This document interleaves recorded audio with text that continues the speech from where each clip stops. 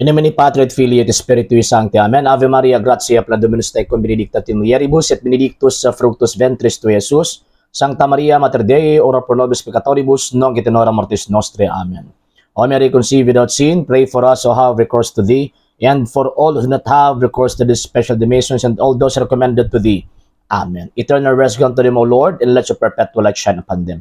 May they rest in peace. Amen. In nomine Patri et Filii et Spiritui Sancti. Amen.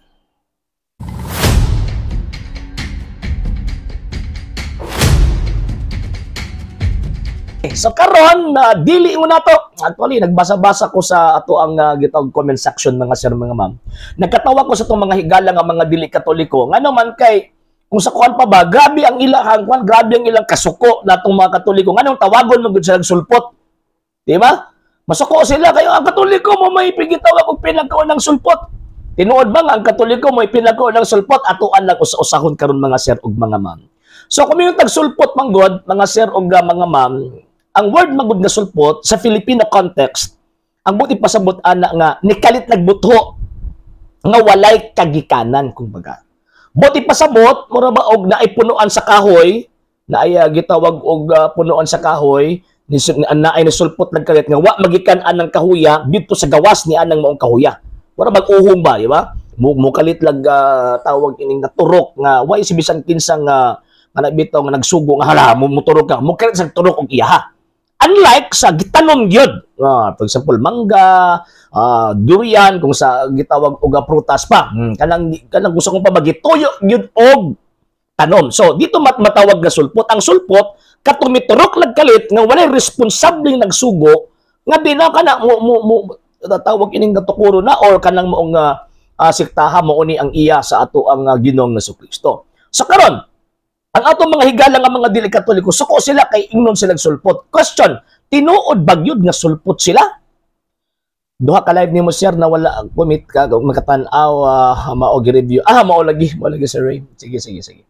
No problem. Okay, so karon, tinuod ba gyud nga mga sulpot ni sila? Ang atong tubag, yes. Kutob sa mga Christian denominations nga gawas sa Santa Iglesia Katolika, Apostolika, Romana, sulpot na mga sir ug mga ma'am. Nga naman, ning boto lag kalit nga wa suguas Ginoo nga magtukod mog inyo. Mo man ay puntos mga sir ug mga ma'am. Ang sulpot ning boto lag kalit, ming tunga lag kalit nga dili ang Ginoo mo ay responsabling nagtukod ni anang maong punduka. Mao nang sulpot. Dili man matawag nga sulpot ang Iglesia Katolika, Apostolika, Romana. Nga naman, tungod kay ang Creator mismo mo kay nagpatungha ini. Kinsa man na Creator? Ang Ginoong Jesucristo. Di ba? Sa Ginoong Jesucristo mismo, ang nagtukod ni ining maong gitawag og simbahan na from nothing. So, nahitabo nga iyang gipaturok, siya mismo ang nagtanom, siya mismo ang nagpatubo o na iyang gibuhisan sa iyang kaugalingong dugo, yang gibisbisan. Nga naman kay Acts chapter 20 verse 28, nagiingon ni San Pablo nga iyang gibubuan sa iyang kaugalingon nga gitawag og dugo. So yon, si Kristo mismo ang nagpaturok, si Kristo mismo ang tawag nagbukbok ni ining maong gitawag og iglesia aron moturok ni aron motubo ni. Ano sa man ni gitanom niya ni adtong ni adtong tuig 33. So pagsulti niya nga, thou art Peter, and upon this rock I will build my church, and the gates of hell shall not prevail against it. Una iyahang gitanom.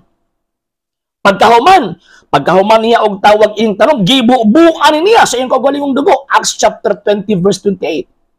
Pagkahuman after on that iyang gi-inaugurate mo odang niturok na.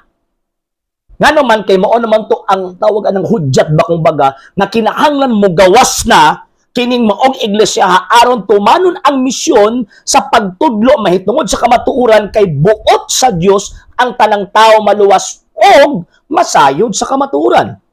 1 Timothy chapter 2 verse 4.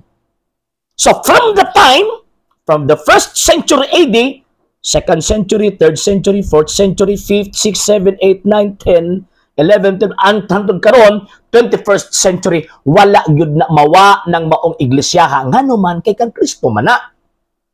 Kung mawa ng iglesyaha, way kaluwasan ng tao. Kay kana mong iglesia mo gud ang reservoir sa gitawag og graces aron makatagamtam tanian ng maong gitawag og kaluwasan.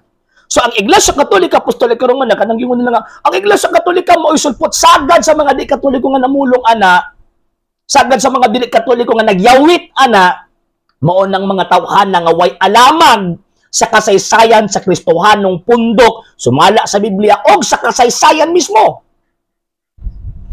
Kaya kung mahimo ni tinuod ning mao mga pundok, may mo makakon sa Kristo. Mo na akong ginabalik-balik always mga sir, mga ma'am. Mo na akong ginabalik-balik always. Kaya kung mahimong tinuod ning atong mga higala nga ning botho lang ni abtong 15, 17 hangtod ka sa 21st century, mahimong makakon si Kristo.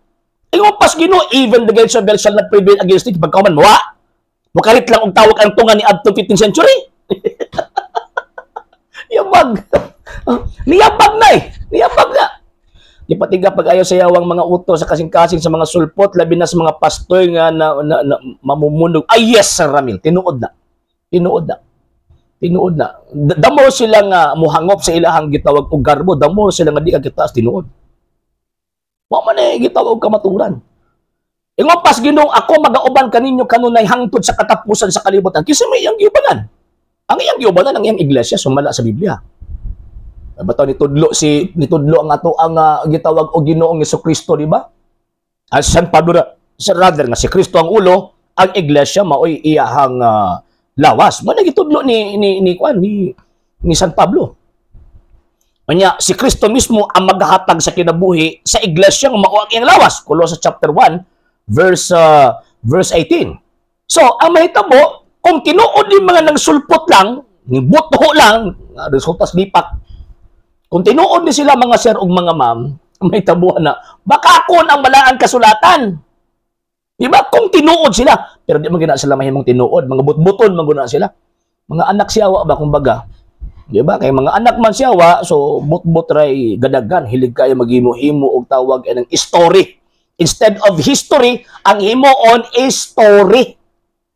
Magbasag kasi sayan.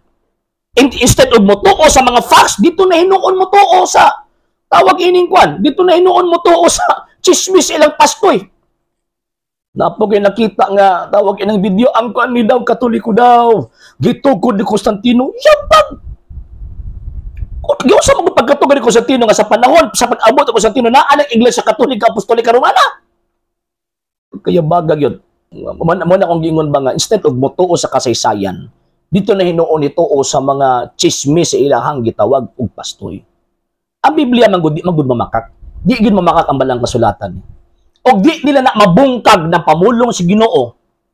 Pamulong sa tong Ginoong Jesucristo nga bisan hanggang haan sa impyerno di makabuntog. Di nila mabungkag kung di nila mabaliktad kanang giingon ni Ginoong Jesucristo nga ako magauban kaninyo kanunay hangtod sa katapusan sa kalibutan.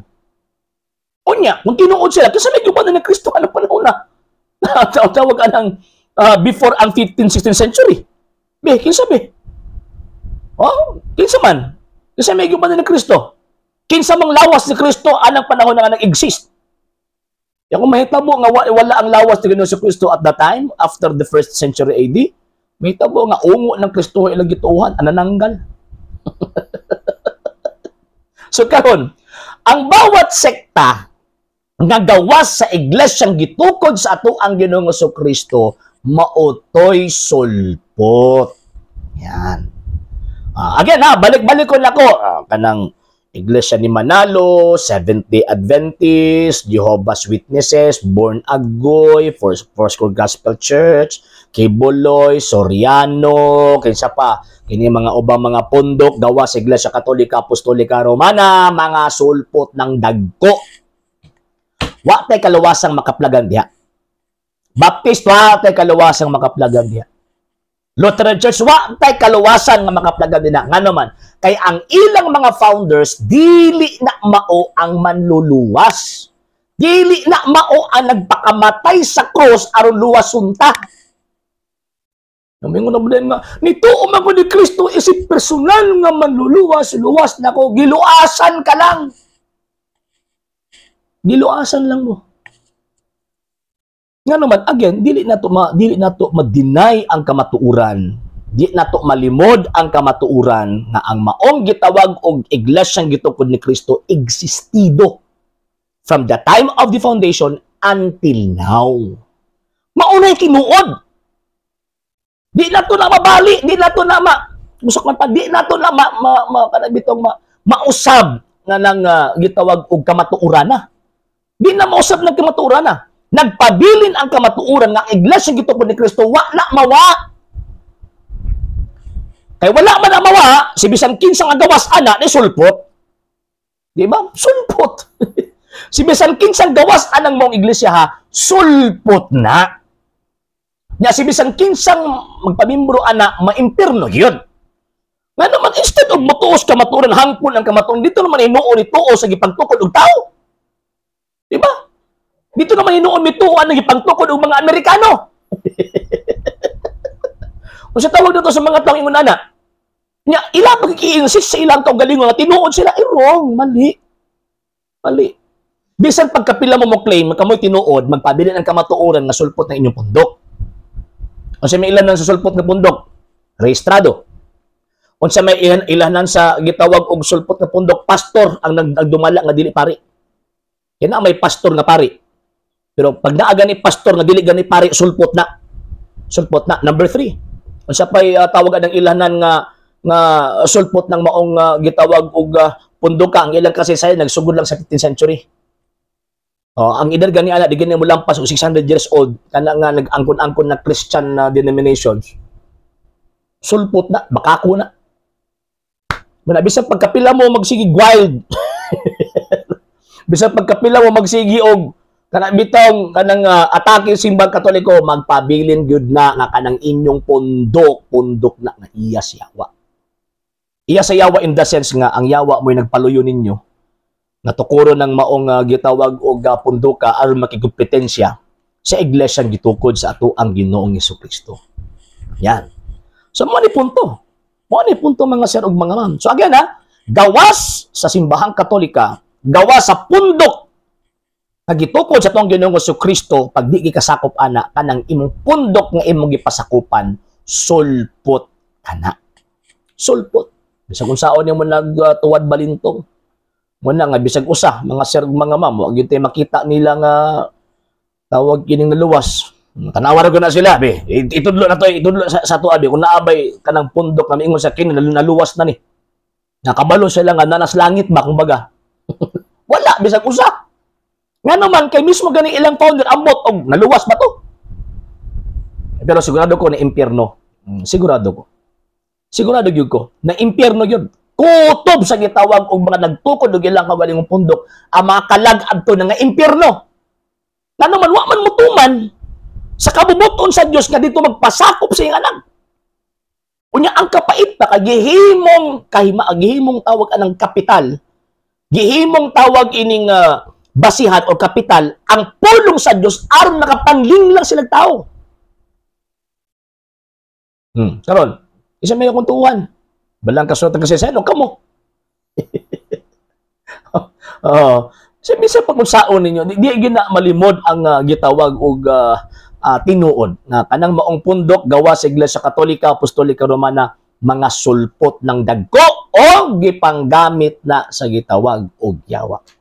Sa hindi pa po nakapag-follow sa mga pages po natin, i-follow niyo po yung mga pages po natin, RJ Horolanciano II, TV Apolia Punto Argumento page, Kuya Apologist TV page, and RJ's Vlog 2022. And pwede rin po kayo mag-send po dyan ng Facebook stars. And also, sa ating po mga channels, sa hindi po nakapag-subscribe, i-subscribe po ninyo yung mga channels natin, The Lay Catholic, Apologist International Official, RJ Sano II TV, Kuya Apologist TV, and Barrio Kawayan Religious Forum. And pwede rin po kayo mag-send po dyan ng super sticker, super chats, and super thanks. And maraming salamat po sa mga kapatid at mga Katoliko na ulis pong tumutulong sa programa po natin. Maraming salamat po. Nang dahil po sa tulong at suporta po ninyo, ang programa pong ito, until now, andito pa rin po sa social media. And until now din po, nangangalang pa rin po tayo sa tulong at suporta po ninyo dahil wala po kami magagawa rito mga sir, mga ma'am, kung wala po yung tulong at suporta po ninyo. Sa gusto pong tumulong, sa gusto pong sumuporta, pwede po ninyong ipadala ang tulong at suporta po ninyo sa pamamagitan po ng ating mga account numbers dyan po sa ating pong screen. And pwede niyo po kaming i-message sa ating pong page kung via remittance po yung papadala po ninyo. Maraming salamat po in advance.